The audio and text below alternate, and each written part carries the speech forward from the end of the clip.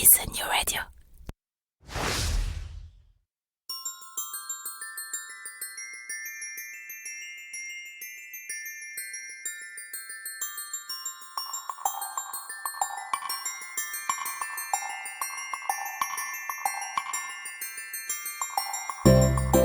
Bon matin et bienvenue dans la saison 3 de Fais-tu frette. Déjà la saison 3. Quand je pense que lorsque j'ai commencé, on me disait que ce concept manquait peut-être un petit peu de profondeur et que je risquais de vite me retrouver à court de sujets. Et bah pour le coup, j'en connais qui se sont mis une sacrée bûche dans l'œil. C'est que mine de rien, la culture québécoise est infiniment plus riche que ce que la seule démographie de la province peut laisser penser. La société québécoise, parce que multidimensionnelle, est aussi incroyablement plus complexe que tout ce qu'on peut imaginer. Alors vous savez quoi les amis, de vous à moi, vous pouvez encore vous attendre à quelques saisons en plus de Fais-tu frette. Mon nom est Jean-Michel Lhomme et avec ce podcast je suis vraiment, mais alors vraiment heureux de vous faire découvrir mon nouveau chez moi, le Québec. Bonne écoute.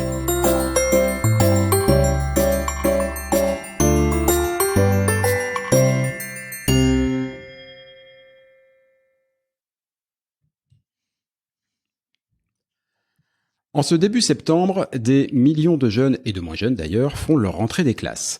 Certains se rendront à l'école accompagnés de leurs parents, d'autres iront par eux-mêmes, à pied, à vélo, à trottinette, en bus, en train, en mobilette ou en voiture. Et il y en a certains qui, pour faire leur rentrée des classes, commenceront par s'asseoir dans un Airbus A320 direction le Québec. Bon, je vous l'accorde, ils ne feront pas tout ça, en tout cas pas tous les jours. Mais quand même, avouez qu'il faut être sacrément motivé. Et vu le nombre d'étudiants étrangers accueillis ici chaque année, force est de constater que c'est une motivation largement partagée et répandue. Aujourd'hui, on va se poser la question de savoir ce qui peut bien les attirer ici précisément, non seulement au Québec, mais précisément à Québec. Pour cela, je reçois aujourd'hui deux invités. Tout d'abord, Sylvie Bizou, qui est conseillère en attraction et rétention des étudiants internationaux chez Québec International. Elle va tout nous expliquer sur le pourquoi du comment, qu'est-ce qu'il faut pour faire venir ici et étudier ici plutôt qu'ailleurs. Et si à l'occasion de cet enregistrement, je rencontre Sylvie pour la toute première fois, ce n'est pas tout à fait le cas de ma seconde invitée. Magali a quitté la France et la région parisienne il y a un peu plus de 2 ans pour venir reprendre ses études au Québec et entamer une reconversion professionnelle. Une décision lourde de conséquences puisque cela a aussi entraîné l'expatriation de ses 3 enfants et de son exceptionnellement gentil et incroyablement modeste mari, dont l'humilité légendaire qui me caractérise m'oblige à taire le nom. Enfin bon, puisque vous insistez, c'est bien de moi dont il s'agit. Bonjour à toutes les deux. Bonjour. Alors Sylvie, si tu veux bien, on va commencer par toi, puisque je sens qu'il faut que je laisse quelques secondes à mon épouse pour se remettre de la fin de l'intro. Sylvie, on a brièvement entendu ta voix.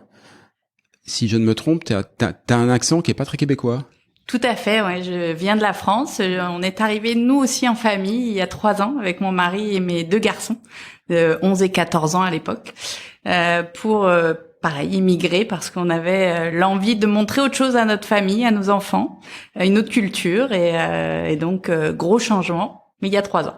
Ah bah oui, effectivement, gros changement. Et alors, visiblement, ça t'a tellement plu que t'as décidé que ton job du quotidien, maintenant, ça serait d'aller récupérer des étudiants à l'étranger et de t'assurer que tout se passe bien ici et de les retenir, puisque j'ai quand même bien noté dans l'intitulé de fonction, conseillère en attraction et rétention. Hein, vous ne bougez plus les étudiants, vous restez là et tout.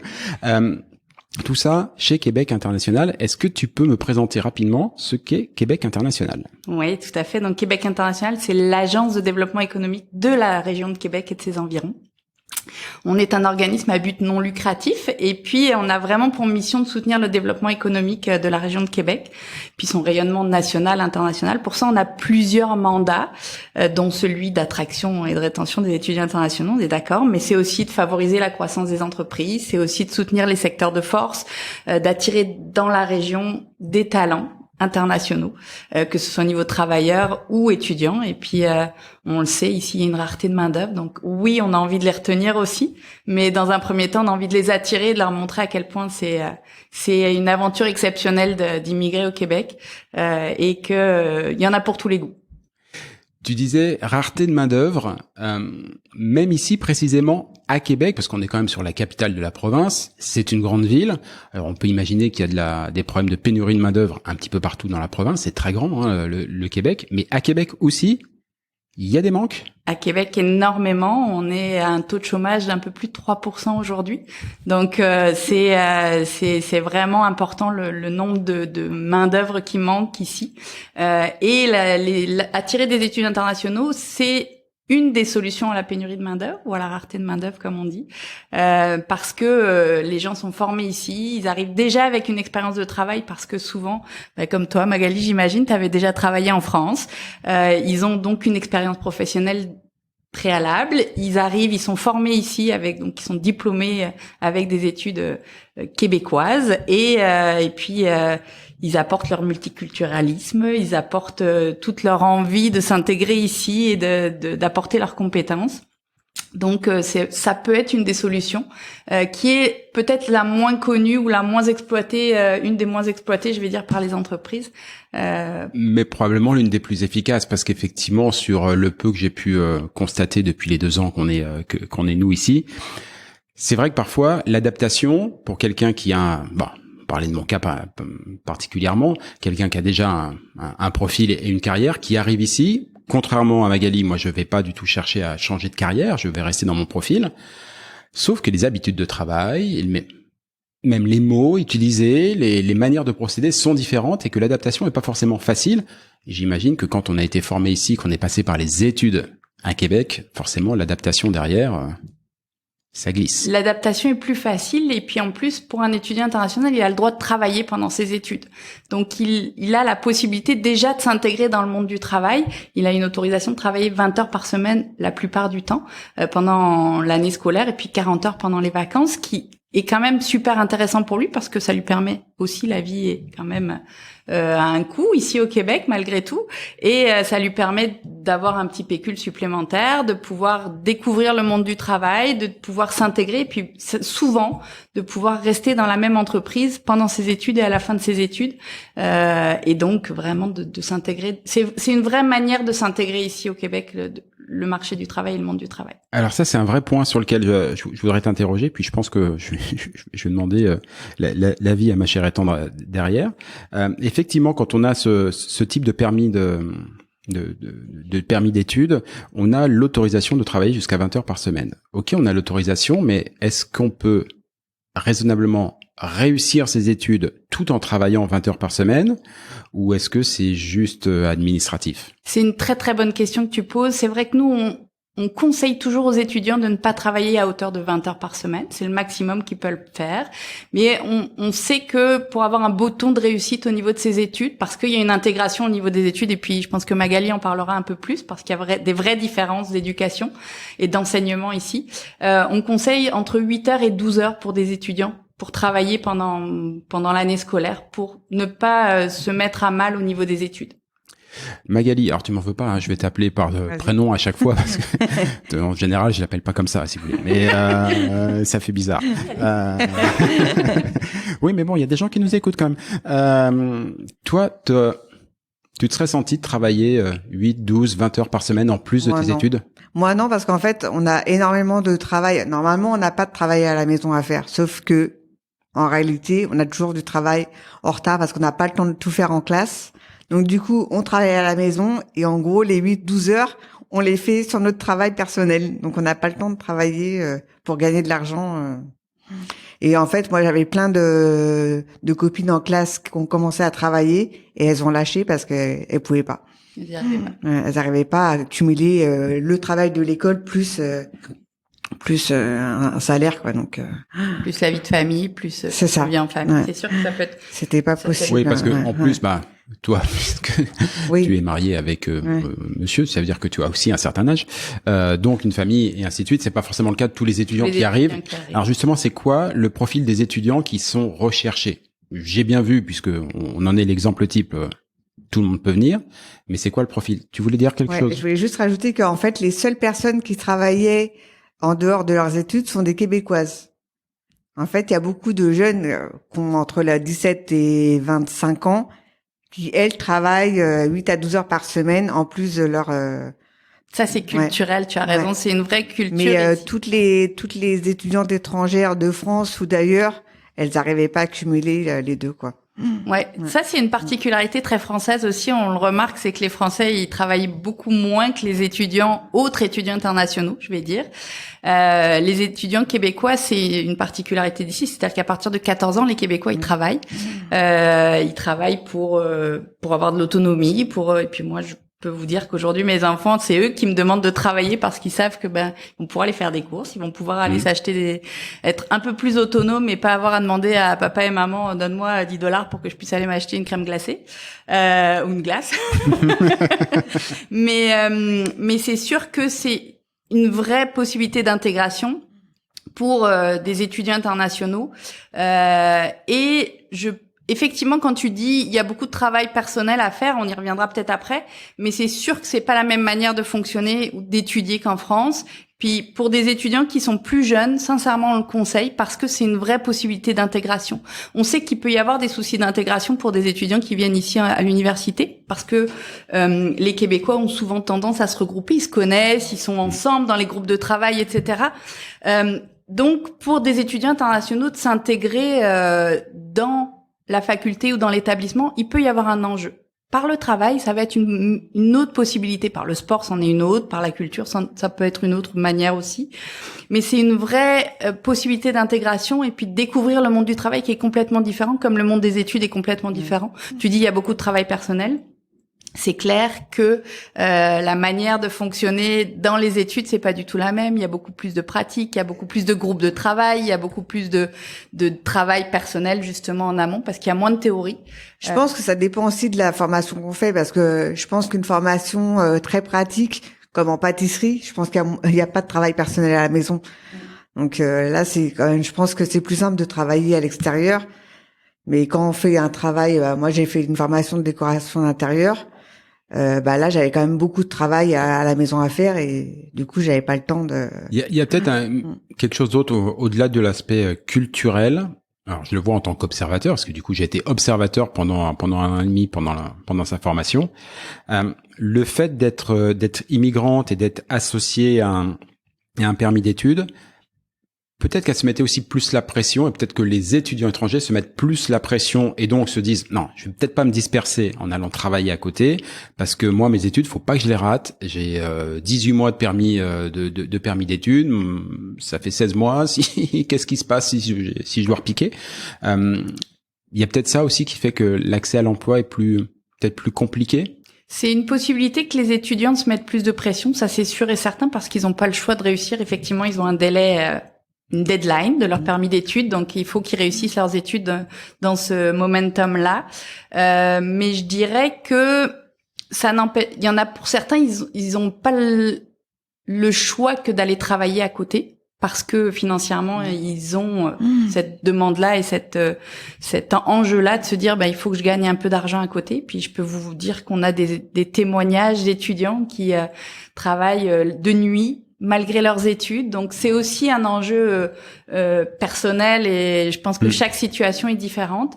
Mais c'est un vrai conseil qu'on donne aux étudiants, même si c'est que pendant les vacances, de au moins essayer de trouver du travail pendant les vacances pour découvrir ce monde du travail et se créer du contact, créer un réseau. Ici, beaucoup de choses marchent par le réseau et par le relationnel. On en a déjà parlé, ouais. Et donc, c'est vrai que le fait de pouvoir découvrir le monde du travail, de rencontrer des gens dans l'entreprise, va forcément à un moment donné permettre aux étudiants de créer des contacts et peut-être de trouver leur bon emploi à la fin des études s'ils souhaitent rester.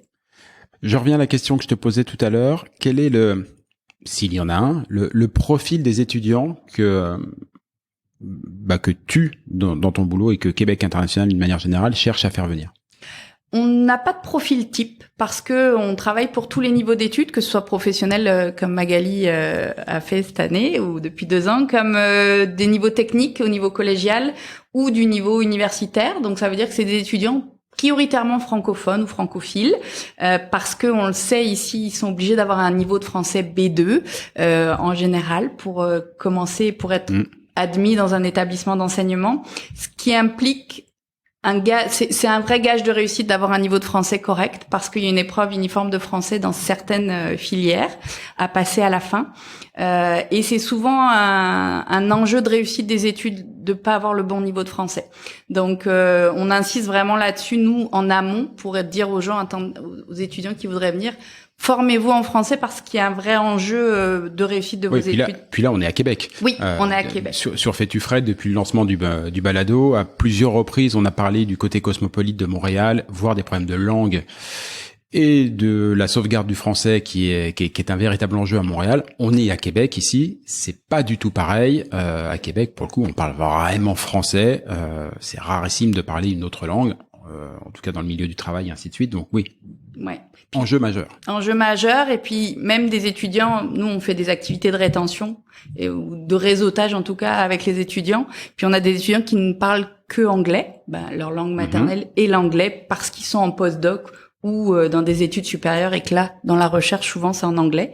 Et ils ont fait ces activités de réseautage et puis en rencontrant les employeurs, en ne parlant qu'anglais, ils se sont rendus compte que c'était un vrai blocage et ils allait vraiment falloir qu'ils apprennent le français. Ça n'empêche pas qu'ils ont des opportunités professionnelles, mais que s'ils veulent rester ici à Québec ou dans les environs, il va falloir vraiment travailler sur le français. Donc c'est sûr que ça fait partie de nos prérogatives quand on rencontre des candidats potentiels. C'est sûr qu'après ça peut être des étudiants qui sont en fin d'études, ça peut être des étudiants souvent ici pour rentrer, que ce soit au niveau professionnel ou collégial, c'est entre 11 et 12 années d'études. Si je parle pour les Français, ça veut dire après le CP en France. Oui. Okay. Donc à partir de 17-18 ans, on peut déjà vouloir venir étudier au Québec, soit encore une fois au niveau collégial, soit au niveau professionnel si les métiers du professionnel nous intéressent, soit faire des études universitaires. Ça peut être de la reconversion professionnelle. C'est un moyen d'arriver au Québec. Je pense que c'est ça. Nous, c'était pareil. On n'avait pas trop de choix pour venir au Québec. On n'a pas choisi la piste des études. On en a pris une autre, mais ça peut être une piste pour arriver au Québec si on n'est pas dans des métiers en manque de main d'œuvre ou dans des métiers ciblés par l'opération main d'œuvre et que ils ont pas besoin de nous entre guillemets. Et puis ça va être ça. On n'a pas vraiment de cible spécifique. On est ouvert à. Vous avez envie de reprendre un métier, venez découvrir les métiers du Québec et venez découvrir les études au Québec.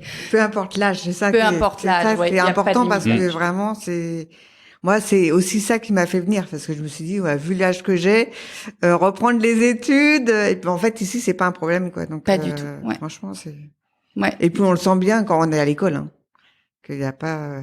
Les profs, ils ont le même âge que moi ou même plus jeunes et ça se passe très bien, il y a pas de problème quoi. Donc ça c'est un vrai beau témoignage pour nous parce que souvent on le dit et puis moi j'ai vécu l'expérience avec mes enfants de ce rapport entre les professeurs et les élèves parce que tu étais une élève ou une étudiante en reprenant tes études et ça a rien à voir avec tout ce qu'on a pu vivre en France, que ce soit moi en tant que maman ou en tant qu'élève ou ça même a rien à voir. C'est les profs sont tellement bienveillants au Québec, c'est franchement ça pour moi c'était un vrai bonheur. Puis moi j'ai souvenir et puis là je parle de mon témoignage à moi de ma première réunion parents-prof avec mes enfants qui ont démarré au secondaire ici et de mon fils qui avait quelques problèmes en mathématiques. Pourtant, Dieu sait qu'en France, il était dans une école privée et qu'il avait des très bons résultats scolaires. Et le professeur qui regarde mon grand et qui me dit il peut venir me voir quand il veut. À midi, je suis là pour lui. Puis qui tutoyait, mon fils qui le tutoyait. Puis je regarde Naël, j'ai dit pourquoi tu vas pas le voir? Il me dit j'ose pas. En France, on n'ose pas aller voir ses professeurs, souvent, pas tous, parce que je veux pas faire une généralité non plus. Alors que là, les professeurs étaient vraiment à l'écoute. Tous les midis, ils peuvent aller les voir, leur poser des questions. Il y a des temps vraiment spécifiques pour eux. Et puis, il y a cette vraie bienveillance de la part des professeurs et de l'envie d'aider qui est différente. Puis ils sont encourageants. Vraiment, c'est vraiment une autre façon. D'éduquer parce que c'est l'éducation quoi donc c'est de l'enseignement presque plus que de l'éducation c'est ça. Mais je trouve que c'est vraiment une autre façon d'enseigner et moi je trouve que c'est tellement plus agréable quoi. Oui ils sont là pour aider l'étudiant et puis il y a pas non plus de hiérarchie ou de mise en défaut si l'étudiant pose une question au professeur et que le professeur se sent pris à partie entre guillemets ou dit ok, t'as peut-être raison. Il va lui se remettre en question. Il va pas dire finir la conversation ou dire non, c'est moi qui ai raison. C'est vraiment il y a un vrai échange entre les élèves et le professeur. Puis il y a un dernier témoignage que moi j'adore, c'est mon grand justement quand il est arrivé. Moi, je raconte toujours que je lui ai acheté une blouse pour faire de la physique et de la chimie quand on était en France, qu'il était en 6e. On est parti, il avait fini sa 4e. La blouse, elle était dans le placard depuis la 6e, elle avait pas bougé. Ici, il est arrivé, premier cours de chimie, puis il a fait une explosion, il a mis dans un bécher, il a mélangé des solutions, ça a fait poum. Puis il est rentré avec des yeux, mais immenses, en disant, maman, c'était génial. J'ai dit, bon, c'est du pratique. C'est ça. Il voit vraiment ce qui se passe. Oui, j'ai vu la théorie, mais je vois en pratique réellement ce qui se passe. Et ça, pour moi, c'est génial. Ça change tout. Ouais, ça change tout. Donc, si j'ai bien compris, gros avantage, les profs et la relation prof-élève est absolument super sympa. Ceci étant dit, quitter l'Europe, l'Afrique, l'Amérique du Sud, pour venir étudier au Québec. Tout ça parce que les profs sont sympas, c'est peut-être un petit peu court, non? Mais non, mais il parle français. Putain, je vais me faire engueuler. Il parle français. Au Québec, on parle français. Ok, deuxième argument. Au Québec, on parle français. Quels sont les autres intérêts et notamment quel service, quel accompagnement? Parce que mine de rien, changer de pays, c'est quand même, enfin, c'est un gros changement, mais si c'est que pour quelques années, enfin, le but en plus c'est qu'ils restent. Donc, qu'est-ce que Québec International et qu'est-ce que tu leur proposes pour la rétention, toi? On a fait la partie attractivité, maintenant la partie rétention. L'attraction, on pourrait aussi en rajouter. C'est aussi, pour finir, c'est vraiment, les études sont quand même reconnues à l'international ici au Québec, ou au Canada. Les établissements sont quand même reconnus comme quoi c'est des bons établissements d'enseignement. Le niveau sécuritaire, je pense que vous l'avez vécu. Puis vous venez de Paris, peut-être c'est encore pire que moi qui venais de Nîmes, mais déjà là. Donc on a quand même une ville sécuritaire ici, et puis moi j'ai une charge mentale qui est quand même 10 fois moins élevée qu'en France sur comment ça se passe pour mes enfants dehors. Québec a été reconnue la 4e ville la meilleure ville pour étudier, donc c'est quand même pas rien au niveau mondial. Donc c'est la collaboration, on en a parlé, mais c'est sûr qu'il y a des établissements avec la fine pointe de la technologie. On a des centres de recherche là à l'Université Laval qui sont juste assez exceptionnels. On sait que les établissements, ils investissent énormément dans leur technologie pour pouvoir apporter des établissements et des salles et du matériel qui soit vraiment à la hauteur pour les étudiants. On peut parler des installations sportives. C'est vrai qu'il y a beaucoup de sport-études ici. Et alors c'est vrai, je fais juste un bémol, mais les installations sportives, alors évidemment, je les ai pas utilisées, mais c'est probablement le truc le plus visuel quand on arrive. C'est-à-dire que toutes ces installations sportives que vous avez vues dans les séries américaines ou dans les trucs comme ça, avec les grands terrains de football américain, j'entends, le football qu'ils font ici, pas le vrai football, voilà, mais ouais. Mais oui, il y a aussi du soccer, parce que c'est très, ouais, on voit tout de suite qu'on est dans un autre monde et que le sport est véritablement quelque chose de reconnu et pas un gymnase planqué derrière des bâtiments, voilà, pour. Et c'est ouvert et gratuit. C'est ce qui a été quelque chose d'assez exceptionnel, c'est de me dire, mes enfants veulent aller faire un foot, le terrain de foot, il est ouvert. Ils veulent aller faire un tennis, le terrain de tennis, il est ouvert. Puis on prend la raquette, on va jouer. Il n'y a pas d'enjeu de vandalisme, il n'y a pas d'enjeu, il faut que je demande au gardien ou il faut que je paye parce que je sais que ça va se faire abîmer. Non, tout est à disposition des gens. Et ça, j'ai trouvé ça vraiment exceptionnel. Et les établissements misent là-dessus aussi, c'est-à-dire que ça fait partie des établissements, ces équipements sportifs. Et ils le mettent à disposition et de la population et de leurs élèves. Puis il y a énormément de sports-études renommés ici aussi qui permettent à des étudiants, si on a envie, j'en sais rien, on est basketteur, ou on est même footballeur européen, on a envie de venir jouer au soccer ici. Il y a des sports-études dans chaque établissement qui vont permettre à l'étudiant, s'il a envie de progresser dans son sport, de continuer à faire son sport ici, tout en suivant ses études avec des aménagements d'études. Moi, mes enfants sont en sport-études. Ils travaillent de 8h à midi le matin à l'école et puis ils ont l'après-midi pour faire du sport. En France, ça aurait jamais été ça. Ils auraient fait du sport, ils auraient fait 8h midi, le sport à midi, 14h, 16h, 17h à l'école et puis le sport l'après-midi. Oui. Donc il y a vraiment un aménagement pour eux, pour qu'ils y arrivent. C'est plus condensé les études, mais donc ça c'est une vraie opportunité pour les gens qui aiment le sport. Et puis il y a pas que dans le sport, hein. Moi je parle du sport parce que je connais, mais il y a aussi en musique, il y a en culture, il y a vraiment plein de choses. Le taux de chômage, tu m'en as parlé tout à l'heure, mais le taux de placement des élèves, c'est entre 80 et 90% des élèves sont placés, voire 100% dans certains domaines ou formations. Donc il y a très très peu de gens qui, à la fin, une fois qu'ils sont diplômés, ne trouvent pas de travail ici. Le taux de chômage, ça a de quoi faire rêver. Hein. Je vous donne les chiffres, t'en as donné un tout à l'heure, mais ils viennent tout juste de tomber. Le taux de chômage pour tout le Canada, c'est 4,9%. Pour le Québec, c'est 4,1%. C'est la meilleure province, la province la plus performante au Canada. Et pour la ville de Québec, tu nous as dit que c'était 3%. Un peu plus de 3%. Voilà. Comment dire, je pense que s'il y a des gens qui nous écoutent du côté des palais ministériels en France, a de quoi faire rêver. Peut-être qu'on doit pouvoir trouver ça dans les livres d'histoire au XVIIe siècle, au XVIIIe siècle en France, mais on a toujours connu du chômage à 8 ou 9% minimum. Ouais, ça change tout quand même de pouvoir venir étudier en se disant je suis certain d'avoir une job, hein, on dit une job ici, une job à la sortie des études, ça change tout. Ça change tout mentalement, ça change tout parce que tu sais que tu peux te consacrer à tes études comme tu disais, même si tu fais des piges pendant les vacances ou même si tu travailles un petit peu pendant tes études, mais tu sais qu'à la sortie t'es tranquille. Moi, je sais que j'ai un bac +5 en France, mais je savais pas si je trouverais du travail à la fin. Là, mes enfants, j'ai aucun enjeu de me dire ils vont jamais trouver de travail. Je sais que quoi qu'ils fassent, ils vont trouver du travail. Oui, pour le coup, avec un 10 mots de chômage comme ça, ne pas trouver du travail, faut le vouloir, quoi. Ça devient un choix. Ça devient un choix. Et c'est vrai que on l'a vu avec Magali, c'est que le Québec, la province en tant que commun, et le Canada d'ailleurs, encourage véritablement le passage de l'étude au travail, puisque le permis post-diplôme, alors autant le permis d'études à récupérer, à faire, c'est de l'administratif, c'est un peu longuet, chiant, on va dire.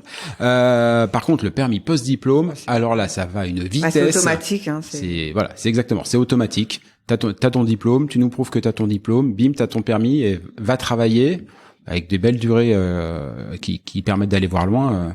Souvent, c'est la même durée que son permis d'études, en fait. Moi, c'est même plus long. Si t'as eu à partir du moment où ton permis d'études fait 2 ans, tu vas avoir souvent un permis. Souvent, je dis parce que c'est pas toujours le cas, donc je voudrais pas que. Si c'est 1800 heures de formation, c'est 3 ans de post-diplôme. Tu vas avoir 3 ans de permis de travail post-diplôme, donc ce qui te laisse le temps d'avoir une expérience de travail conséquente pour ensuite, si tu veux rester, faire ta demande de permis de résidence permanente. Donc, c'est sûr qu'après, c'est des papiers, mais c'est quand même un des enjeux qu'on peut ressentir chez les étudiants, de se dire ça peut être lent. C'est-à-dire que là, t'as fait peut-être 2 ans d'études, il y en a c'est 3 ans, ensuite t'as 2 voire 3 ans de permis de travail post-diplôme, et au bout de 2 ans, tu vas pouvoir passer par le programme de l'expérience québécoise diplômée pour faire ta demande de résidence permanente. Puis tu sais qu'avant que t'aies ton CSQ, donc ton certificat de sélection du Québec et ta résidence permanente, t'en as encore pour 2 ans à peu près, donc ça peut faire une longue durée. Donc ça peut être un des enjeux que les étudiants retrouvent quand ils viennent ici, quand ils veulent vraiment s'installer, de se dire mais c'est long pour avoir la résidence permanente. Nous, sans passer par là. 5 ans. Ouais, c'est ça. On compte un peu plus nous, mais nous ça nous a coûté 8 ans de vie pour avoir notre résidence permanente. Coûter entre guillemets parce que c'est quand même long, on vit dans l'incertitude, et puis que c'est une incertitude de pas avoir un. C'est surtout ça, c'est l'incertitude. S'il y a un truc qui est un peu difficile à vivre, c'est ça, parce que dans l'absolu, le fait qu'ils disent, si on te dit de départ, va falloir attendre 8 ans. Ok, j'attendrai 8 ans. Après tout, ça permet aussi au Québec, au Canada, de savoir si ce sont des gens qui vont s'installer durablement. Et je comprends qu'on ne donne pas des résidences permanentes, voire des citoyennetés comme ça à tour de bras au bout de 3 semaines. Sauf que là, c'est 8 ans, mais tous les 18 mois, 24 mois, il y a l'épée de Damoclès de ravoir. Et puis si on a un travail ou quelque chose. Situation que j'ai vécue personnellement il y a pas si longtemps que ça, 24 heures après, c'était tu démissionnes et voilà, donc ça peut être c'est effectivement un enjeu, d'où l'intérêt aussi d'être accompagné. C'est ça, d'où l'enjeu, parce que la personne donc Magali a un permis d'études, la personne qui va l'accompagner, son conjoint, en l'occurrence, va avoir un permis de travail ouvert qui va lui permettre de travailler pendant toute la durée de son permis d'études. Puis de même, une fois qu'elle va faire sa demande de permis de travail post-diplôme, ça va t'octroyer un permis de travail ouvert pour toi. Donc c'est une vraie sécurité pour la famille de se dire, il y en a au moins un des deux qui travaille. Et puis comme on le disait tout à l'heure, si tu veux pas travailler, il y a vraiment peu de chances que tu ne travailles pas ici, à moins que tu ne veuilles pas travailler. Et je vais dire aussi que les salaires sont quand même avantageux, les possibilités d'avancement. Moi, j'ai recommencé ici en tant qu'agente administrative. Aujourd'hui, je suis rendue conseillère. Oui, mon expérience était peut-être pas reconnue au départ, mais j'ai progressé à une vitesse que j'aurais jamais progressé en France. Ouais. C'était juste irréel pour moi, cette possibilité-là d'avancer. Puis je remercie des entreprises comme Québec International. Je suis pas là pour remercier, mais c'est vrai que mais moi, ils m'ont donné ma chance. Aussi, les échelons montent très vite ici. Il suffit qu'on s'intègre bien. Pardon. Mais c'est pas grave. Je sais plus ce que je disais. Qu'on s'intègre bien. Voilà. Il suffit qu'on s'intègre bien. Il suffit qu'on s'intègre bien, et puis après on monte assez vite d'échelons. Et il y a des belles opportunités. Il y a des réelles opportunités. Le taux de chômage étant tellement bas, même si tu restes pas dans la même société, tu vas avoir d'autres opportunités ailleurs. Donc c'est une vraie, c'est un vrai point positif en plus que j'apporterais, c'est ces salaires avantageux et cette possibilité d'avancement rapide que moi j'ai jamais vu en France et que j'ai jamais connu autour de moi ou pour moi-même. Mais c'est vrai, ça revient à ce que tu disais tout à l'heure sur l'intérêt de travailler aussi pendant les études. C'est aussi d'appréhender ce qu'est le milieu du travail québécois, qui est très différent, effectivement, qui est très très différent. Très peu de hiérarchie. Plus pragmatique, la hiérarchie, ou en tout cas avec une hiérarchie, on va dire, moins très différente. Horizontale, on va dire. Des rapports, des enjeux de rapports humains aussi qui sont très différents. Totalement, voilà. Ça change tout et ça peut lever beaucoup d'incertitudes ou d'inconfort qu'on peut imaginer en disant oui, mais après mon diplôme, qu'est-ce qui va se passer? Une fois qu'on a compris comment ça marchait, on peut y aller plus sereinement parce que comme toi, on peut entre guillemets recommencer au bas de l'échelle ou sur un premier poste, mais se dire ouais, c'est pas grave, j'ai pas tout perdu. Ça, dans 3-4 mois, je vais choper une promotion. Il y a des possibilités. Pour peu que je travaille bien. Bien évidemment, sûr. J'imagine que tu vas pas trop mal te débrouiller, mais pour peu qu'on travaille bien, voilà, ça fonctionne. Ça change complètement tout. Donc c'est vrai que c'est bien de découvrir ce marché du travail qui est pas. Quand on en parle, on a souvent l'impression que ça se limite. Les différences se limitent à un CV qui ici est un CV anonyme. Voilà, on met pas de photos, des choses comme ça. Mais ça c'est peanuts. Il y a les vraies différences. Elles sont au quotidien. On n'appréhende pas du tout les choses de la même chose. Question pratique. Imaginons, je vais faire c'est pas de la politique fiction, enfin, je sais pas, de la fiction tout court. Imaginons que j'ai 19 ans. Ne ris pas. Elle a rigolé quand même. Ouais, j'en connais une qui va rentrer à pied. Imaginons que j'ai 19 ans, que je viens d'écouter cet excellentissime balado et que je me dis, waouh, putain, mais c'est absolument là-bas qu'il faut que j'aille étudier. Ok. Je fais quoi? Tu fais quoi? Tu viens sur le site Québec en tête, donc qui est un portail d'information que Québec International a créé, où il y a énormément d'informations pertinentes pour les gens qui veulent venir étudier ou travailler au Québec, où il y a des informations sur nos initiatives de recrutement. Donc nous, on organise ce genre d'initiatives avec des établissements d'enseignement.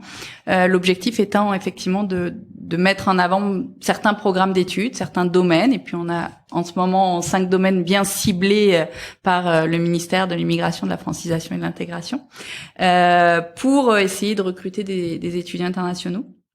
Et puis, une fois que tu as fait ton marché, entre guillemets, en fait, sur tous les programmes d'études proposés par nos établissements d'enseignement, à tous les niveaux, professionnels, techniques ou universitaires, tu vas pouvoir créer ton profil sur une plateforme de gestion de candidature qu'on a mise en place, postuler ou en tout cas dire, moi, je suis intéressé par ce programme d'études dans cet établissement-là. Et on va donc te mettre en contact avec l'établissement qui va regarder ton profil, dire ok, il a les prérequis nécessaires, il a le nombre d'années d'études correspondant, il a s'il y a besoin des mathématiques, fait les mathématiques en France, et ensuite l'établissement te propose ou non un entretien et te propose ou non d'aller plus loin en prenant contact avec toi, soit par courriel, soit différemment. Ça sera au choix de l'établissement d'enseignement pour t'orienter vers les démarches à suivre en fait pour la suite de ton processus. T'as dit qu'il y avait 5 grands domaines qui avaient été identifiés par le ministère de l'intégration. Je crois que tu les as cités un petit peu tout à l'heure, mais je veux bien qu'on se repose dessus 2 secondes. Les 5 grands domaines prioritaires pour venir étudier ici. Qui correspondent à l'opération Manœuvre, c'est l'enseignement, l'éducation. Donc éducation, c'est éducation à la petite enfance, éducation spécialisée. Tout ce qui est génie, donc ingénierie, parce que c'est tout ce qui est ingénieur, tout ce qui est même pas que génie, ça peut être des techniciens, des technologues en génie civil ou des techniciens en génie civil, en génie industriel, etc.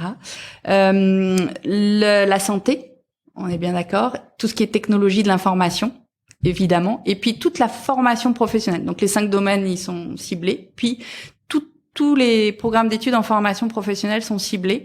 Et il y a de la demande parce que il y a des enjeux de main d'œuvre ici au niveau professionnel. Formation professionnelle, on va y venir avec le cas de Magali un peu plus en détail. Mais imaginons toujours que j'ai 19 ans. Tu veux dire quelque chose? Oui, j'avais une question. Ah bah si t'as une question, vas-y, pose la question. Il n'y a pas un salon, parce que moi j'avais été recrutée comme ça, un salon en France où pour le recrutement dans les établissements. Ouais. Il y a des salons effectivement pendant la pandémie, ça s'est plus fait. Ah, parce que moi c'était avant la pandémie. On l'a fait en virtuel. Moi je l'ai fait avant la pandémie puisque je suis arrivée. Ouais, on fait tout en virtuel. Après il y a de nombreux salons qui existent, c'est sûr et certain. Nous on va aller en France avec Québec International et des établissements en février, fin février. Ça va reprendre. Ouais, ça va reprendre en présentiel. Et puis il y a d'autres organismes qui organisent ce genre de salon aussi. Les établissements peuvent aller par eux-mêmes dans des salons français qui sont présents régulièrement. C'est aussi là qu'on voit qu'il y a un vrai besoin, un manque de pénurie et aussi une vraie envie d'ailleurs, parce que les établissements vont vraiment, ils mettent quand même toute une équipe qui prend l'avion, ça coûte de l'argent, tout ça et tout, pour aller en France et dans d'autres pays, aussi en Belgique, en Suisse, dans le Maghreb, tout ça pour recruter des étudiants et donc des futurs travailleurs. Enfin, il y a besoin, mais il y a aussi envie et puis le Québec fait rêver, je pense. Nous, c'est un pays qui nous a toujours fait rêver. Oui, c'est francophone, comme tu le disais tout à l'heure. Et puis les gens sont gentils. Ouais. Donc ça, je confirme. Mais c'est aussi pour ça qu'on est venu. Nous. Ouais. Non, c'est vrai qu'il y a une vraie bienveillance de personnes. Je te disais, si on imagine toujours que je suis dans ce cas, que j'ai 19 ans et que maintenant j'ai compris, je suis allé sur la plateforme de Québec International, Québec en tête, en l'occurrence, et que j'ai levé le doigt, j'ai identifié quelque chose et j'ai lancé mon processus. Ceci étant dit, est-ce qu'il y a une aide ou quelque chose, un accompagnement une fois qu'on est arrivé? Parce que le Québec, tu l'as vécu, on l'a vécu tous les trois. Il y a 2-3 différences, à commencer par une température hivernale qui, je ne sais même pas si on peut appeler ça une température. C'est frette, quoi. Oui, c'est frette. Je devrais donner ça comme nom à mon podcast. Mais il y a aussi les questions de transport, les questions de banque. On parle du quotidien, mais voilà. Est-ce qu'il y a un accompagnement, quelque chose ou un suivi qui est proposé? Alors, il y a un suivi même en amont, c'est-à-dire pour les aider dans leur démarche d'immigration, pour leur donner des tuyaux sur quelles démarches ils ont à faire, comment ça va se passer sur la culture d'enseignement même, parce qu'il y a une vraie différence de culture d'enseignement comme on l'a évoqué tout à l'heure. Donc, on essaye de faire beaucoup de séances d'information justement pour les aider là-dedans. Et même avant d'arriver, effectivement, on va faire des séances d'information aussi sur le système bancaire, sur l'hiver, on en parle déjà avant même. Là, tu vois, on fait déjà des webinaires, des séances d'information sur venez étudier au Québec, on en parle. Après, je pense qu'il faut aussi relativiser l'hiver. Oui, il fait froid. Oui, il y a de la neige. Mais tout est fait pour que tu puisses vivre correctement. Je sais que moi, à Nîmes, quand il y avait 2 mm de neige, tout était arrêté. Ici, il y a 3 mètres de neige et puis tu continues à rouler et puis t'as pas d'enjeu. À l'université Laval, il y a des souterrains entre les différents campus là pour pouvoir te promener même en hiver. Donc une fois que tu es bien habillé, comme on dit souvent, puis maintenant je commence vraiment à le dire, faut pas le subir l'hiver, il faut le vivre, il faut aller dehors, il y a plein d'activités à faire, il y a plein de choses à découvrir en hiver qui sont juste exceptionnelles. Il y a le carnaval de Québec, il y a des balades en raquettes, il y a du ski de fond, enfin voilà, moi je trouve que c'est une vraie belle saison. Ça dure un peu longtemps, c'est juste le... Je dis doucement, mais ça dure un peu longtemps. Oh. Mais il faut les prévenir. Non, mais... Je pense que quelqu'un de prévenu va... Voilà, c'est sûr que ça fait partie du quotidien, mais on sait que quand on vit au Québec, on vient pas pour la chaleur à 40 degrés, même si là, aujourd'hui, il fait vraiment chaud. Ouais. Hein, on est d'accord. Mais on sait que ça ressemble plus à un temps de Bretagne.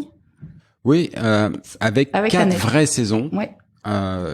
Le seul petit bémol, effectivement, c'est que l'équilibre des saisons est pas très respecté. On a un hiver qui va faire entre 6 et 7 mois et un automne qui, de mon point de vue, est la plus belle de toutes les saisons. C'est une tuerie à quel point c'est beau l'automne au Québec, mais qui dure 2 semaines. Ouais. Voilà. Donc c'était le printemps qui est sympa aussi, qui dure pas très longtemps, mais où tu vois la rapidité de la nature à se dire vite, ouais.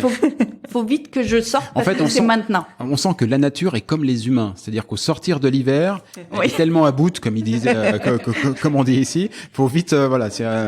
Dès qu'on sort de l'hiver, on voit tous ceux qui ont des maisons avec des piscines qui remplissent les piscines et tout ça, comme s'il fallait conjurer le sort. Et puis dès que l'hiver commence à pointer le bout de son nez, tout le monde met les décos d'hiver, les décos de Noël, parce que paradoxalement, on a hâte que ça revienne. Mais pour continuer dans ce que je te disais, c'est sûr qu'on organise beaucoup de séances d'information, même quand ils sont arrivés. Bon, déjà, les établissements ont aussi leurs accueils spécifiques pour les étudiants. Chaque établissement, logiquement, fait en sorte d'accueillir correctement l'étudiant. Mais il y a on offre des consultations avec des avocats aussi, si jamais il y a un besoin, qui sont gratuites. Toutes nos initiatives sont gratuites. Je tiens à le préciser, hein. Tout ce qu'on fait pour les étudiants internationaux, c'est gratuit. L'objectif, c'est vraiment de les aider dans la réintégration. Donc, on a des activités aussi pour les aider à s'intégrer dès qu'ils arrivent. Alors, il y a d'autres organismes que Québec International. On travaille en partenariat avec des banques, avec des organismes en employabilité qui vont justement soutenir les étudiants ou les nouveaux arrivants, parce que quand on vient en famille, c'est pas que les étudiants qu'il faut soutenir. Et puis nous, une fois qu'ils sont sur place, justement pour les aider à trouver du travail, on va organiser des activités de maillage et de réseautage professionnel. Soit pour la fin de leurs études, soit pour pendant leurs études. Donc on a plusieurs activités, immersion pro, on va visiter des entreprises. L'objectif étant comment ça se passe le monde du travail, ce que tu disais, c'est complètement différent. On a des salons de l'emploi inversé, où c'est l'étudiant qui est face au recruteur, mais c'est lui qui mène l'entrevue entre guillemets en disant bon, parlez-moi de votre entreprise. Ce qui correspond bien au marché du travail québécois, où l'une des grandes différences, c'est que le rapport de force entre l'employeur et l'employé est complètement inversé par rapport à ce qu'on peut connaître en France ou même en Europe en général. Ici, c'est l'employé qui fait la faveur à l'employeur de venir lui accorder son travail quotidien. Ouais. Ça change tout. Et puis la dernière activité qu'on a mise en place, c'est le championnat des emplois, où là, on a créé une activité récréative entre sportives. Le matin, c'était course d'orientation et tournoi de volley pour les étudiants et les recruteurs. Donc, ils se mettaient ensemble dans une équipe. Puis c'est nous qui avions créé l'équipe, donc ils se connaissaient pas. Donc les étudiants avaient été formés à la course d'orientation avant, donc ils étaient obligés de prendre le lead par rapport aux recruteurs. Donc apprendre à se connaître avant, puis l'après-midi entrevue d'embauche. Et la plus belle récompense, c'est d'entendre des employeurs nous dire cette personne-là, si je l'avais pas rencontrée le matin, j'aurais pas regardé son CV. Parce que je l'ai rencontré humainement et puis ça a matché, alors que le CV était pas fait forcément à la québécoise, parce que on l'avait pas. Donc voilà, c'est des belles initiatives qu'on organise vraiment pour les mettre en relation et les mettre en lien. Tu parlais tout à l'heure de l'importance du réseau ici. C'est une manière de faire vivre son réseau. Une fois de plus ici, quand on parle de réseau, le réseau, c'est pas simplement LinkedIn et ce que vous pouvez imaginer, même si c'est important, mais le réseau, c'est aussi la personne que vous croisez en allant faire votre épicerie, dans un club de sport ou ainsi de suite. Toutes les occasions sont bonnes et l'humain est toujours mis en avant. Sylvie, j'ai une dernière question pour toi avant de passer à l'expérience de Magali. Tu as parlé de l'aspect financier. Alors, j'ai bien compris, Québec International, tout est gratuit. Oui. C'est un bon postulat, j'aime bien. Les études en général, pour ceux qui vont venir ici, est-ce qu'ils doivent s'attendre à des prix d'études plus chers que ce qu'ils auraient eu en Europe, moins chers, à peu près pareil, est-ce que c'est variable? Est-ce qu'on a une règle à leur donner? Il y a une règle à leur donner, c'est que pour les Français, il y a une entente entre la France et le Québec qui fait que les étudiants français, si c'est à l'universitaire, vont avoir le prix des étudiants canadiens. Si c'est au niveau collégial ou professionnel, il y a une réelle entente, donc c'est le prix des étudiants québécois. Donc c'est un vrai avantage. parce que le coût est vraiment moindre et que il y a une vraie facilité pour les Français. Donc go les Français, venez. Ça revient au même que des études en France en fait. Si tu viens ici, oui, t'as le billet d'avion, mais le coût est vraiment le même. Donc ça va être le billet d'avion à dépenser. Et tu vas avoir une expérience internationale. C'est sûr qu'après on est on est dans l'Amérique du Nord, donc les études au niveau universitaire peuvent être plus chères, mais encore une fois pour les Français ou les Belges, parce que les Belges aussi ont cette entente-là au niveau universitaire. Il y a des vrais beaux tarifs, mais c'est un peu plus cher que la France, même au niveau universitaire. Faut appréhender ça dans un tout, puisque derrière il y a l'employabilité, il y a pas mal de choses, il y a pas mal d'autres coûts, mais il y a aussi des possibilités de revenus. Faut vraiment voir ça. Et justement, on va passer de la théorie à la pratique. Bonjour vous, on se connaît? Bonjour. Allô. Est-ce que tu peux me parler de ton histoire? J'entends évidemment sur un plan d'immigration, et ton projet, le projet que tu as entrepris. Pourquoi venir au Québec? Pourquoi te partir dans une reconversion professionnelle? C'est quoi cette histoire en fait? Alors pourquoi? Parce que je voulais changer de carrière professionnelle. Tu faisais quoi avant? Avant, j'étais auxiliaire de puériculture en crèche, ce qu'on appelle d'ici une garderie. J'ai voulu changer de travail pour raison médicale. Ouais. Aussi.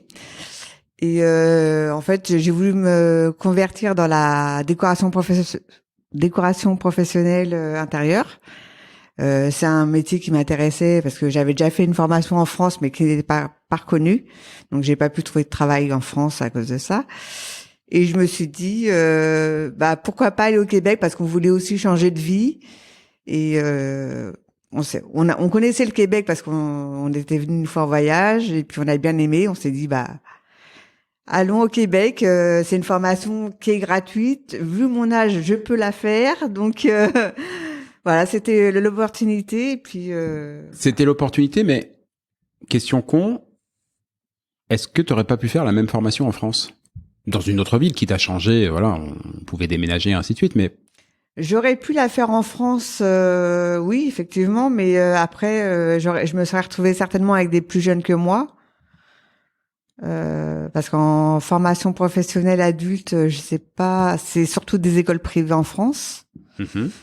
Et puis, je voulais changer de mentalité. Je n'avais pas envie de me retrouver avec des Françaises spécialement en formation. Moi, j'ai l'impression que c'était surtout ça. Parce que que t'aurais pas repris cette formation en France principalement pour des questions de mentalité. C'est ça, ouais, voilà. Parce que c'est pas évident. On approche tous les deux de la cinquantaine bientôt. C'est pas évident de reprendre des études à ce niveau d'âge-là.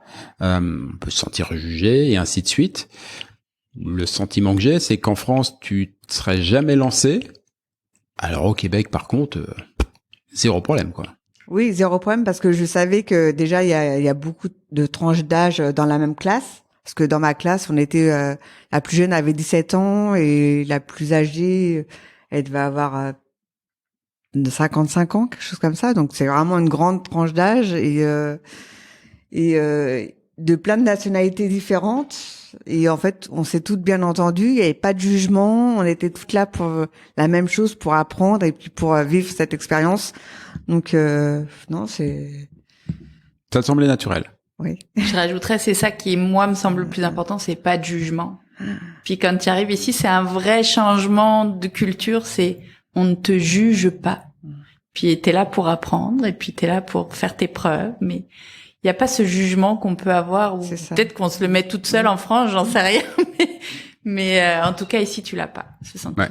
C'est même dans le milieu du travail. J'ai discuté avec des gens qui ont dû se séparer de salariés ou qui, pour reprendre une terminologie française, se sont fait virer, mais il le dit sans le moindre jugement. C'était juste un constat d'inadéquation à un moment donné entre l'offre et la demande, mais aucun jugement personnel. C'est pas que t'as mal bossé, que tu me plais pas et ainsi de suite. Non, c'est juste qu'en ce moment, voilà. Mécaniquement, l'opportunité est plus là, mais elle sera peut-être là plus tard. Pas de jugement. ça change le quotidien et ça rend les choses tellement plus faciles et humaines, accessoirement. Voilà, ça évite de s'aborder des rapports humains pour pas grand-chose. Ouais. Il y avait aussi le fait que le fait que je sache que les Québécois sont gentils. Je me suis dit que l'enseignement devrait bien se passer aussi. J'avais un peu peur d'être jugé par des professeurs, quoi. Chose qui se faisait beaucoup en France. Et voilà. Et donc, du coup, t'en as parlé un petit peu tout à l'heure, mais avec les profs. Impeccable. Moi, j'ai adoré mes profs. J'ai adoré les cours. Franchement, je suis super reconnaissante de ma formation, quoi.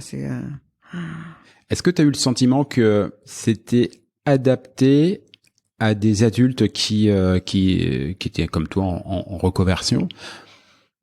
Moi, j'en sais rien, mais j'imagine que pour des profs, c'est pas la même chose d'enseigner à des jeunes de 17-18 ans qui, entre guillemets, sont à l'école depuis 10 piges et sont dans un moule, et des gens comme toi. En plus, t'avais plusieurs nationalités, t'avais différentes tranches d'âge. Enfin voilà, je trouve que c'est bien adapté. D'ailleurs, comme je disais, il y avait des jeunes qui avaient 17 ans, hein, donc il y avait vraiment on avait vraiment des âges différents et ça se passait très bien pour tout le monde, quoi. Donc après, je pense qu'elles ont vraiment une façon d'apprendre qui est adaptée, voilà, à quel que soit l'âge des élèves, quoi. Ton école, tu l'as trouvée comment? Mon école? Bah oui. Bah bien. Non, quand je dis tu l'as trouvé comment, c'est-à-dire par quel processus tu l'as identifié? Parce que au moment où où tu as fait la recherche, on était en France. Ah oui, tu n'as pas fait de voyage exploratoire exprès pour venir les visiter. Tout s'est fait. Tu en as parlé brièvement tout à l'heure à l'occasion d'un salon, et puis après tout s'est fait en ligne ou à distance. Quel processus t'a amené à identifier l'école dans laquelle tu as fini par aller et qui visiblement effectivement, j'ai commencé par le salon et puis après, suivant la formation que je voulais faire, j'ai eu plusieurs choix. J'ai eu le choix entre un diplôme d'études professionnelles, donc le DEP, ou faire le cégep, qui est un niveau au-dessus. Ce qui est le diplôme collégial, c'est ça? D'études collégiales, voilà, c'est ça. Qui est un niveau au-dessus, mais qui dure plus longtemps. Et donc j'avais le choix avec plusieurs écoles et j'ai choisi de faire un diplôme d'études professionnelles qui durait moins longtemps et que je trouvais beaucoup plus pratique et plus facile pour entrer dans le milieu professionnel. Donc j'ai choisi ce milieu-là. Et au niveau de l'école, j'ai choisi par rapport à la zone où je voulais habiter. Donc j'avais plusieurs choix d'école et j'ai choisi en gros la plus près de l'endroit où je voulais habiter. Mais on a tous des critères et puis c'est super important de le dire. Et puis je rajouterais juste un petit, si tu peux me permettre, j'étais avec une Française la semaine dernière en conversation et elle me disait qu'est-ce que tu me conseilles comme ville? Moi je cherche une ville où il y a pas trop de monde. J'ai dit mais chaque choix est personnel, donc moi j'habite sur la rive sud de Québec parce que mon choix de vie et de famille a fait que j'habite ici. Parce que j'avais des demandes spécifiques par rapport à mes enfants. Donc, je pense que c'est important de se renseigner avant. Et puis, je ferai un rebond sur Québec en tête parce que sur Québec en tête, ils vont trouver des informations justement sur les établissements, voir où ils se situent. Puis, c'est super important en amont de regarder, d'aller chercher la ville, qu'est-ce qu'ils proposent comme activité, qu'est-ce qu'ils font, quels sont est-ce qu'il y a une bibliothèque, est-ce que si on aime la musique, ils ont des concerts, est-ce que juste pour voir si ça peut correspondre à des petites choses qui nous rappelleront ou qui nous seront habituelles avec ce qu'on a déjà vécu en amont, en France ou dans un autre pays, mais qui vont nous rassurer à un moment donné parce qu'on se dit ah ça je l'aime et puis je sais que je vais le trouver dans le milieu où je vais faire mes études. Moi, je voulais pas trop loin de mon lieu d'habitation et je voulais que ce soit pas trop compliqué au niveau des transports parce que j'y allais en voiture. Je me suis dit l'hiver, si je me tape 2 heures d'embouteillage pour aller, les distances sont pas les mêmes qu'en France. Hein, donc voilà, j'ai choisi aussi l'école par rapport à ça et donc non, je regrette pas du tout et mon école et le lieu, voilà, c'est. Mais est-ce que tu as fait des recherches en amont sur j'avais refait sur un site internet, est-ce que tu as été voir sur Google Maps où je suis allée sur le site de l'école pour voir les formations, même voir les avis. Ouais, c'est super important. Oui, parce que je voulais savoir aussi s'il y avait quand même des bonnes appréciations. Donc oui, j'ai quand même fait des recherches. sur l'école et puis. Est-ce que tu as trouvé que les démarches, une fois que tu avais identifié ton projet de reconversion, que tu avais identifié l'école, est-ce que tu as trouvé que les démarches étaient compliquées tant pour toi que pour toute la famille, hein, puisque il a fallu se lancer dans un festival de demande de permis d'études, de permis de séjour, de permis de je sais pas quoi, enfin un festival quoi. T'as trouvé ça compliqué ou finalement C'était long quoi. J'ai trouvé ça long. Ouais, plus. C'est pas spécialement compliqué, mais c'est pas spécialement compliqué, mais j'ai trouvé ça très long quoi. C'est surtout toi qui t'es occupé des papiers d'ailleurs, donc pour te dire. Eh bien, écoutez, je vais m'auto-interviewer et comment vous dire. En fait, j'ai pas trouvé. C'était très administratif. C'était fastidieux, mais en soi pas très compliqué. Faut juste aimer cocher des cases. Mais en soi, franchement, ça allait.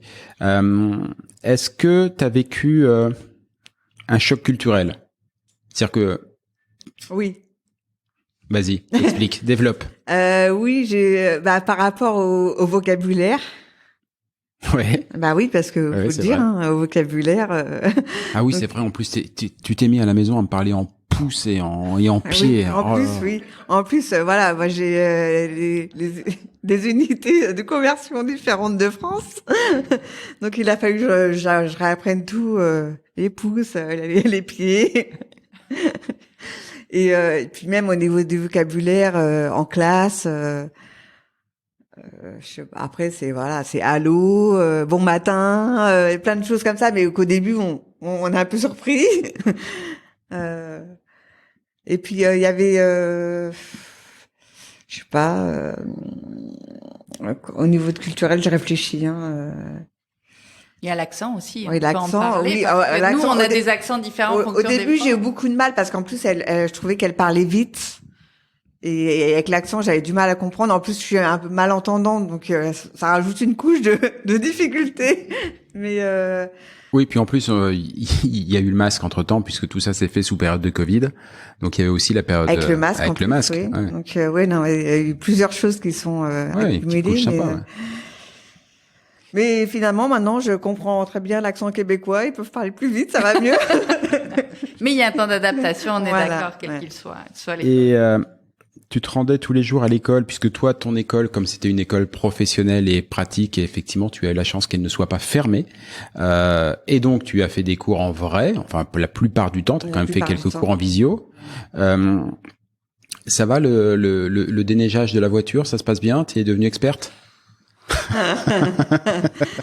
C'était un peu casse-pied. C'est Jean-Michel qui fait, c'est ça? Des fois, elle fait. Ça m'arrivait quelquefois de le faire. Bah, surtout quand je repartais de l'école. Oui. Parce que pas le choix. C'est ça, ouais.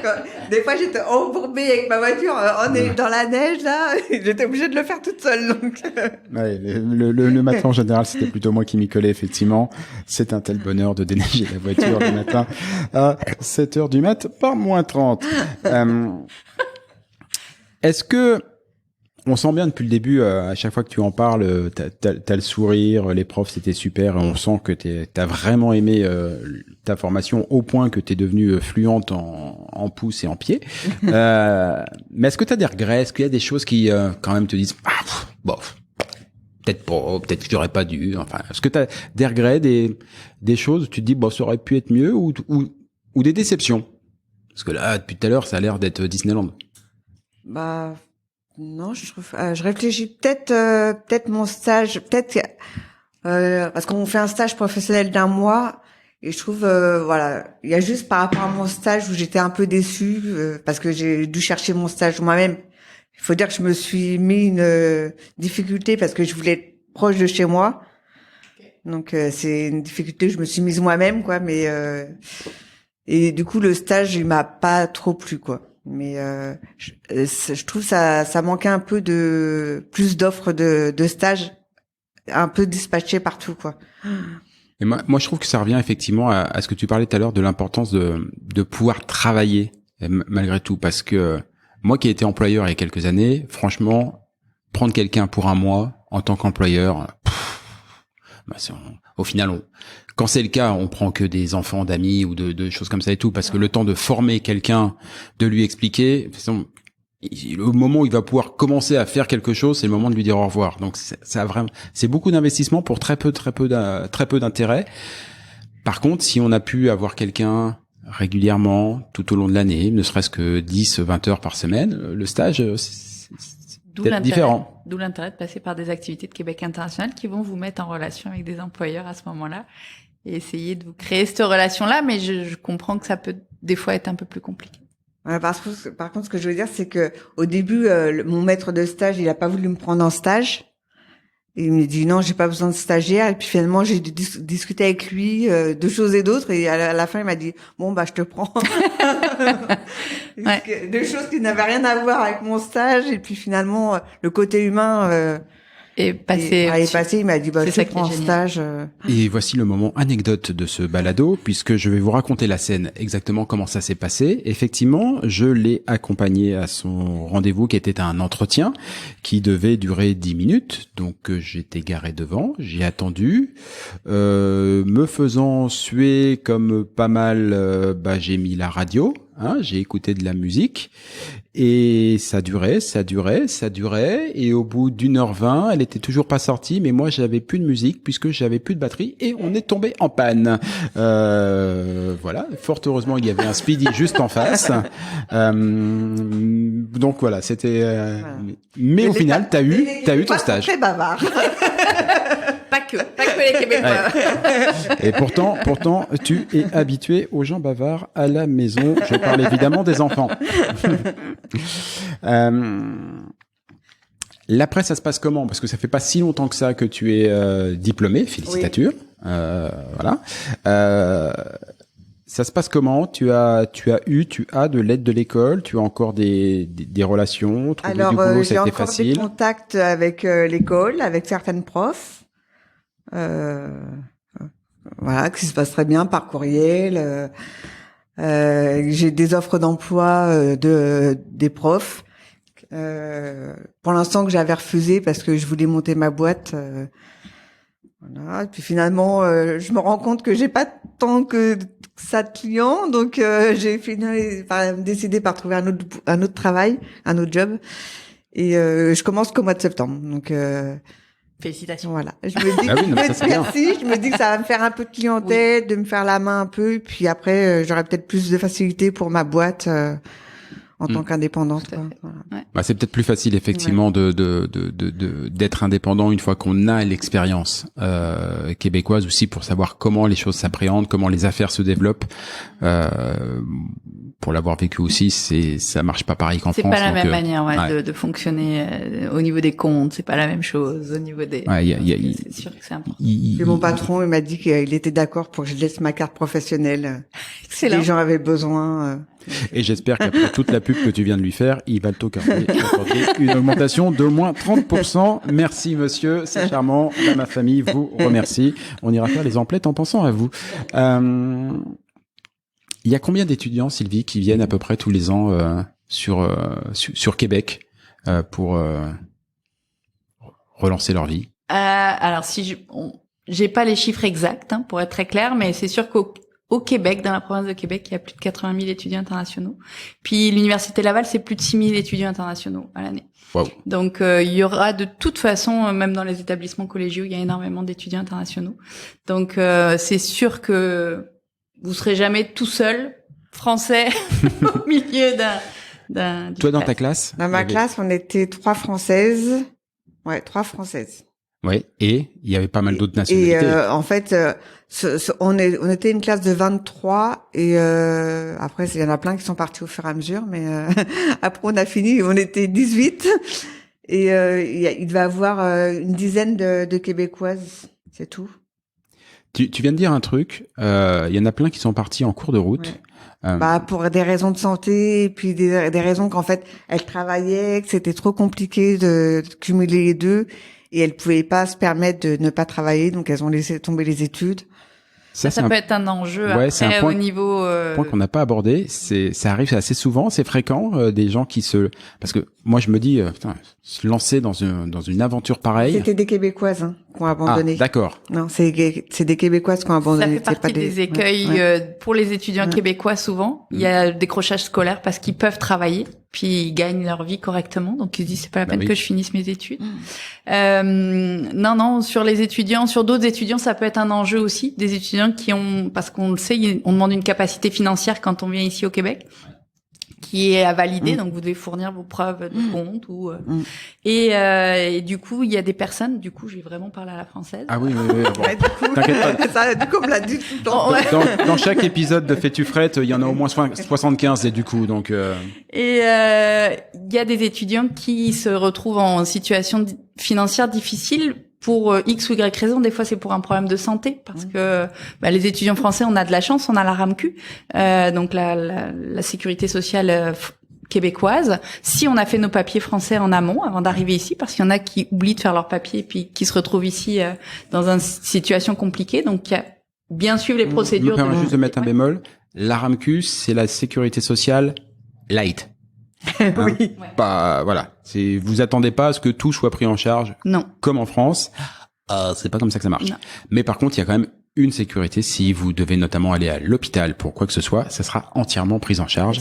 Et bon, ça veut dire qu'en cas de coup dur, vous êtes couvert, mais il faut faire les papiers. Mais il faut faire les papiers en amont. Puis c'est sûr que du coup, il y a des étudiants qui se retrouvent en situation financière compliquée pour un problème de santé et pour X ou Y raison, un problème aux dents qui peut coûter très cher ici et qui, à un moment donné, n'ont plus ce qu'ils avaient prévu pour payer leurs études, sont obligés de travailler, peuvent se retrouver en situation financière difficile. Ça, on en a régulièrement.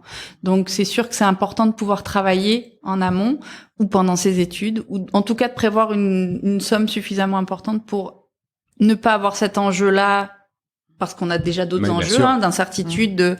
C'est une nouvelle vie, c'est une nouvelle culture, il y a d'autres enjeux. Donc c'est sûr que si en plus on a l'enjeu financier qui arrive, ça peut être une vraie problématique. Est-ce qu'en tant qu'étudiant, j'ai le droit à l'erreur? C'est-à-dire, imagine, j'arrive ici, je me suis inscrit en décoration d'intérieur, et puis au bout de 6 mois, je me rends compte que ça me fait suer la vie, la décoration d'intérieur, mais que par contre, il y a une autre formation qui est en photographie, et je trouve ça absolument génial. Est-ce que je peux assez facilement switcher, ou non, t'as signé les papiers pour de la décoration d'intérieur, tu finiras ton cursus en décoration d'intérieur, ou alors c'est retour à la case maison initiale, et nouveau dossier, comment ça se passe? En fait, ça va dépendre si tu changes de niveau d'études ou pas. Si tu changes pas de niveau d'études, c'est juste un petit courriel à faire, prévenir les instances fédérales et provinciales que tu vas changer de niveau d'études, voire d'établissement, parce que tu peux aussi changer d'établissement. Par contre, si tu changes de niveau d'études, là, il va falloir redemander, parce que ton permis d'études est en fonction de ton niveau d'études. Donc, ça peut être un enjeu. Mais là, on a des consultations gratuites, on a des avocats qui répondent à ce genre de questions, donc les étudiants peuvent faire appel à nous en passant par leurs établissements, pour vraiment être sûr de la procédure à suivre. Mais ça peut être plus compliqué dans ce cas-là. Puis souvent, comme ton permis d'études est sur la base de tes années d'études que tu as à faire, toi c'était 1800 heures, donc tu dois avoir 2 ans de permis d'études. Si tu as 2 ans, mais que tu fais 6 mois dans une première formation et puis tu te dis je vais changer, ton permis d'études va pas être valable pour les 6 derniers mois de tes études, donc il va falloir que tu fasses une renouvellement de demande de permis d'études. Donc c'est juste souvent 6 mois avant, nous ce qu'on conseille c'est 6 mois avant la fin de votre passeport, de votre CAQ, certificat d'acceptation du Québec, ou de votre permis d'études. Regardez, prenez rendez-vous avec un avocat ou avec votre conseiller, votre crier comme ils appellent ça, c'est des consultants réglementés en immigration de votre établissement, pour juste valider la suite de votre dossier, comment ça se passe. Donc, mettez-vous bien en règle avec tout ça. Magali, dernière question. Si tu rencontres demain quelqu'un de ta connaissance ou pas, qui te dit « Ah moi aussi, j'aimerais bien un jour aller au Québec ». Je dis viens, j'ai de la place chez moi, je t'accueillerai. Moi aussi, j'ai de la place chez moi. Oui, alors ça m'intéresse parce que moi, j'aimerais bien qu'on en discute avant que t'invites. L'accueil québécois. L'accueil québécois, mais pas de problème. Si je peux choisir, je veux bien accueillir québécois aussi. Je suis pas sûr qu'on ait les mêmes critères. Dans le jardin. Ouais, le concept du chalet au fond du jardin. Ok, donc un enthousiasme, la meilleure avocate possible. Sylvie. Même question, si quelqu'un si quelqu'un veut venir, mais peut-être plus pragmatique cette fois-ci, quelqu'un s'y intéresse, qu'est-ce qu'il fait pour terminer ce balado et voilà, qu'est-ce qu'il doit retenir? Bien se préparer en amont, c'est sûr et certain. Moi, c'est ce que je retiens, et puis ça me fait plaisir parce que tu l'as dit, et puis c'est super important, la préparation en amont, de bien rechercher, de bien regarder tous les éléments, de se renseigner, de pas avoir peur de poser des questions en amont, et puis de pas croire qu'on arrive en terrain conquis. Parce que c'est un peu des fois peut-être le défaut des Français de se dire on est meilleur, nous on sait faire ci, nous on sait faire ça. Moi à votre place je ferai comme ça. Ben non, c'est un nouveau pays depuis des années, des centaines d'années ils vivent sans nous. Ou si on... non, sans nous. Donc du coup c'est important de se dire je suis là pour réapprendre, je suis là pour découvrir ce pays et je suis pas là pour dire ça doit fonctionner comme ça. Donc comme moi j'avais l'habitude que ça fonctionne avant. Donc je pense que c'est les deux conseils que je donnerais et puis une toute petite chose que j'ai oublié de préciser, je m'excuse Jean-Michel, c'est que notre prochaine initiative de recrutement là pour voir les programmes d'études dont je parlais là, parce qu'ils vont sur le site Québec en tête, ils vont être déçus les gens parce que actuellement, il y a des webinaires, des séances d'information qui se mettent en route, mais ça va démarrer le 6 septembre avec tous les programmes d'études et tous les établissements qui vont mettre en avant les programmes d'études pour pouvoir aller chercher un petit peu ce qui se passe. L'adresse exacte www.québecentête.com. Il faut dire combien de temps à l'avance faut s'y prendre aussi, parce que le temps d'avoir c'est ça, le temps entre le projet et le temps d'avoir tous les papiers, il y a quand même un laps. Non, c'est pas grave, t'as qu'à bouler le micro, c'est pas de souci. Qui se déroule. Vas-y, finis ta phrase, y a pas de souci. Entre le moment du projet, le début du projet et le moment où on va partir de France, il y a quand même un laps de temps. Et il faut quand même le prévoir à l'avance, quoi. On peut pas partir dans 6 mois, quoi. Combien de temps ça t'a pris? Au moins 1 an, quoi. C'est ça? Ok. En famille, je dirais, c'est entre 8 mois et 12 mois. Pour un étudiant qui vient tout seul, ça peut être 6 mois. Un bon 6 mois de préparation. Ouais, mais un bon 6 mois quand même. Oui. Voilà. De toute façon, rien que les démarches d'immigration, ça peut durer 6 mois. Donc, on s'imagine qu'avant, il faut quand même aller faire des recherches. Vous l'aurez compris, il y a plein de bonnes raisons de venir étudier puis travailler ici. Il y a plein de bonnes opportunités. Renseignez-vous bien et faut s'y prendre un petit peu à l'avance, quoi. Ouais. Hein? Mais c'est le fun, quand même. C'est un vrai projet sur du long terme. C'est ça. Sur du très long terme. Merci beaucoup à toutes les deux. Bienvenue. Elle est très bonne. Alors ça, je suis sûr que tu l'avais préparé depuis au moins 48 heures. Bienvenue. Bienvenue. De toute façon, tu rentres à pied. On va aller à la maison, Magali. Excellente journée et à très bientôt. Merci. Ciao. Merci. Bye.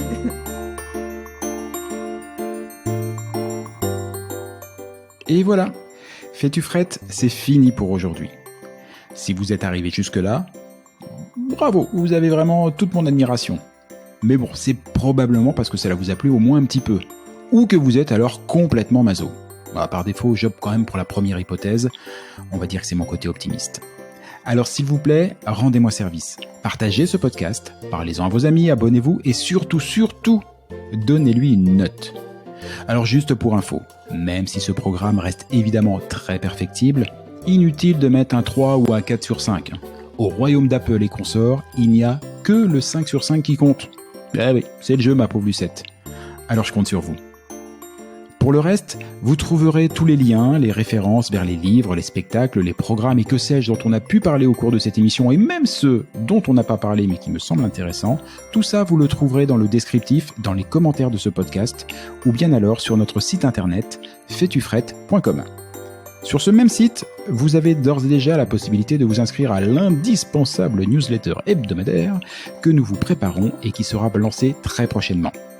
Et j'y annoncerai les prochaines émissions et partagerai avec vous des articles, des infos, des bons plans qui pourraient bien nourrir votre curiosité à propos du Québec. Enfin justement, puisque vous êtes curieux, je suis sûr que vous avez des questions, des suggestions, que vous aimeriez qu'on traite tel ou tel sujet. Eh ben, je ne demande qu'à vous lire. Envoyez-moi un courriel. Oui, j'ai bien dit courriel. Envoyez-moi un courriel à l'adresse suivante. Fais-tu-frette, en un seul mot, tout attaché, sans espace, sans tirer ou quoi que ce soit. Donc, fais-tu-frette à commercial. Ah oui, j'ai oublié aussi. Ici, on ne dit pas at ou arrobase, on dit à commercial. gmail.com. J'avoue que c'était pas très clair tout ça. On récapépète depuis le début, vous allez voir, c'est très simple. Fais-tu-frette, F-A-I-S-T-U-F-R-E-2-T-E, à commercial, gmail.com. Pas compliqué. Vous vous souvenez, qu'au tout début de cette émission, je vous ai dit qu'au Québec, on ne disait pas bonjour, mais bon matin. Et pour cause, car ici, pour se dire au revoir, on se souhaite de passer un bon jour. Alors bonjour à tous et à tantôt.